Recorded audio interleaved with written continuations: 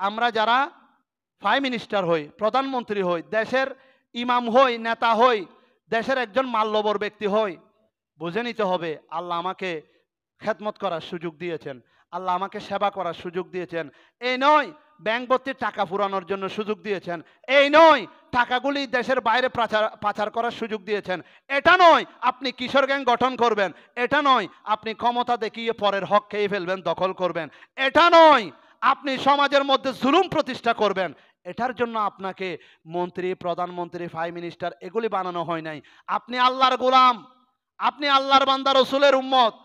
এটা সুযোগ দেওয়া হয়েছে যাতে আপনি ভালো কাজ করে, দুনিয়াতে ভালো ভালো কাজ করে, সকলের মন জয় করে, এই মনের গভীরে স্থান নিয়ে এই ভালো মানুষ হয়ে মানুষ মৃত্যুকালে বলবে, চোখের পানি ফেলবে, আমাদের জন্য বড় নিয়ামত ছিল, আমাদের জন্য সেবা করতে করতে নিজের কখনো চিন্তা করে নাই, নিজের সুযোগ সুবিধার কথা চিন্তা করে নাই, টাকা পয়সা জমানোর কথা চিন্তা করে নাই, অকাতরে দান করেছে, অকাতরে সেবা করতে করতে কবরে চলে গিয়েছে। তখন ওই কাঁধের ফেরেশতা এবং ওই সমাজের মানুষ, ওই রাষ্ট্রের মানুষ যখন সাক্ষ্য দিবে, তখন আল্লাহ ওই তার জানাজার মধ্যে রহমতের ফেরেশতা পাঠিয়ে দিবেন। সুবহানাল্লাহ। তার জানাজার মধ্যে কুতুব, আবদাল, আউলিয়া একরামগণ সাক্ষী থাকবেন, জানাজায় শরীক হবেন। এমন জানাজা কয়জনের হয়, এমন জানাজা কয়জনের হয়, জানাজায় সাক্ষ্য দেয় মানুষটি কেমন ছিলেন। প্রিয় হাজিরিন, দুনিয়ার মায়ায় পড়বেন না, দুনিয়ার মায়ায় ভুলে যাবেন না, আখিরাত অপেক্ষা করছে। আল্লাহ একজন আছে, কবরের মধ্যে একা যেতে হবে, কোনো নেতা নেত্রী যাবে না।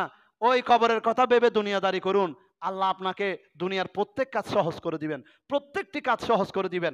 আপনার আজকে যে কষ্টটা পাচ্ছেন, আজকে যে মুসিবতে পড়তেছেন, এটা দুনিয়াতে আসার 40,000 বছর আগে আপনার কপালে আপনার জন্য লিপিবদ্ধ করে রেখেছেন, আপনার জন্য 40,000 বছর আগে লিখে ফেলেছেন। সেগুলি আস্তে আস্তে আপনার সামনে বাস্তবায়ন হচ্ছে, আপনার সামনে বাস্তবায়ন হচ্ছে। কেননা 100 বছর পরেও একজন নবীকে আল্লাহ জিন্দা করেছেন। সুবহানাল্লাহ।